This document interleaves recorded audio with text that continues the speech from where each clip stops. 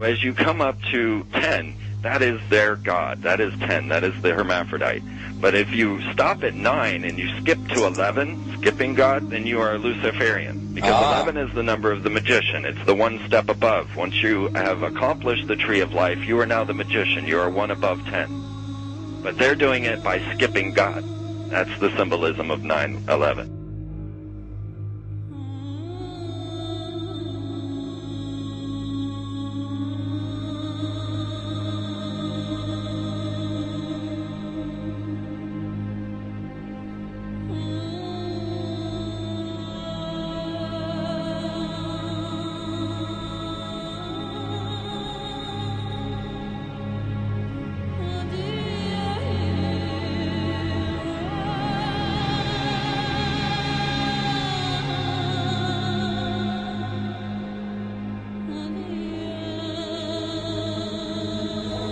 It is a big idea, a new world order.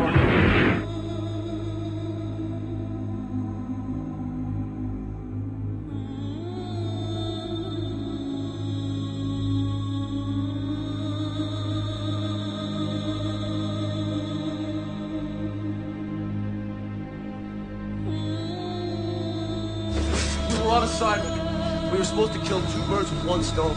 In Fight Club, Project Mayhem destroys a giant bronze spherical sculpture. This seems an obvious reference to the sphere at the World Trade Center complex. Trust me. Everything's gonna be fine. In a pivotal scene reminiscent of 9/11, we see the destruction of skyscrapers and the change of a skyline. Second anniversary of the 9/11 attack on the World Trade Center, George Bush asked for an $87 billion increase in military spending.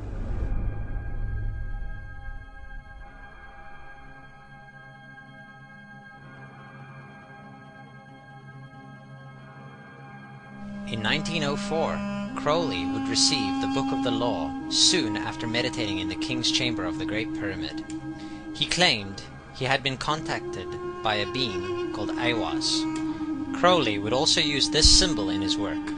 Some of its meanings are said to include a reference to the number 77 in Hebrew and a connection to the god Pan. Crowley made this drawing of a non-human intelligence he saw during a ritual. Synchronous 23 has made the connection between Aiwass and the Wizard of Oz, and has further pointed out the similarities between Crowley's grey alien-like drawing and the depiction of the projection of the Wizard of Oz in the film version.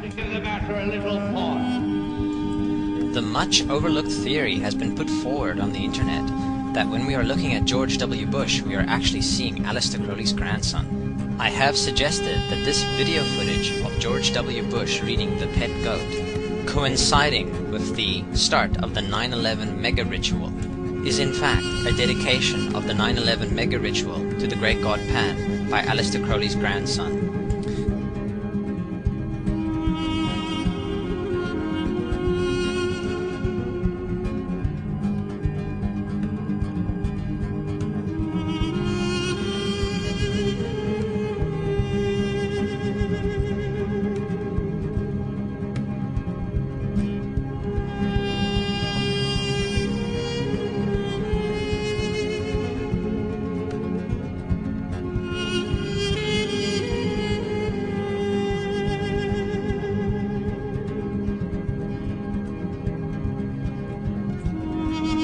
Things get a little weird. This is the 1978 version of The Wizard of Oz, The Wiz. Again we see the Emerald City connect to New York. On arriving at the end of the Yellow Brick Road, Dorothy and her companions go through the circular portal. Through the door we see 3 pyramids. Behind the pyramid shape, in between the pyramid pillars of the World Trade Center, we see the sphere, the representation of the Kaaba.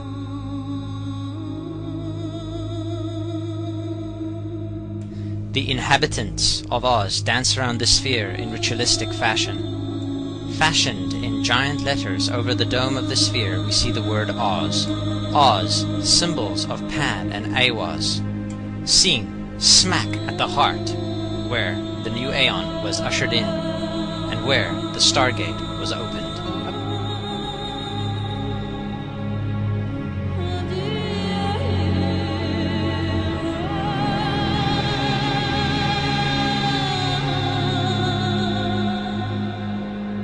Between the Twin Towers is called the spherical caryatid. It was made by artist Fritz Koenig and was nicknamed the Sphere. We see that Koenig made this thing in Bavaria, the same place where the Illuminati was founded.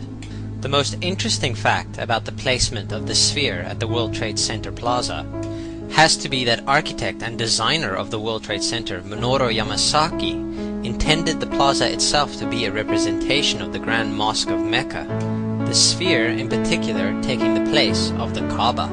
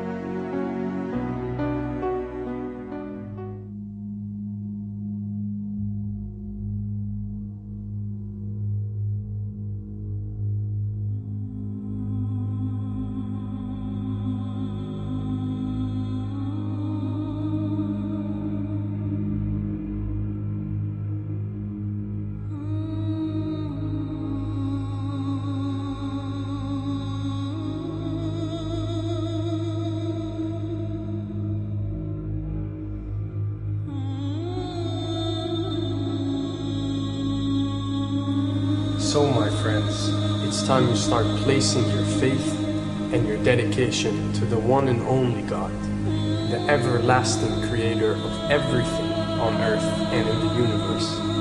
He is greater than anything our minds can comprehend. Do you know how many times Muslims are required to circle the Kaaba when they visit it? 7 times, each counterclockwise. Would you like to know why?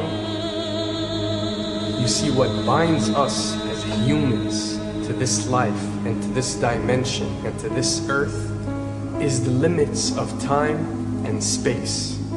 We are bound to this dimension and this reality through time and space. Hence, if one wants to leave this dimension or leave this reality, he needs to break away from time and space.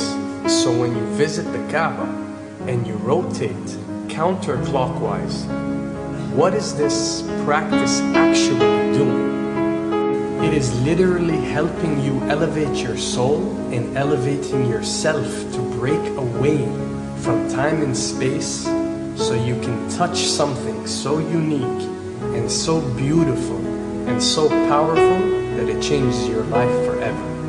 And if you don't believe me, ask anyone who has visited the Kaaba how he or she felt or how their lives have changed ever since.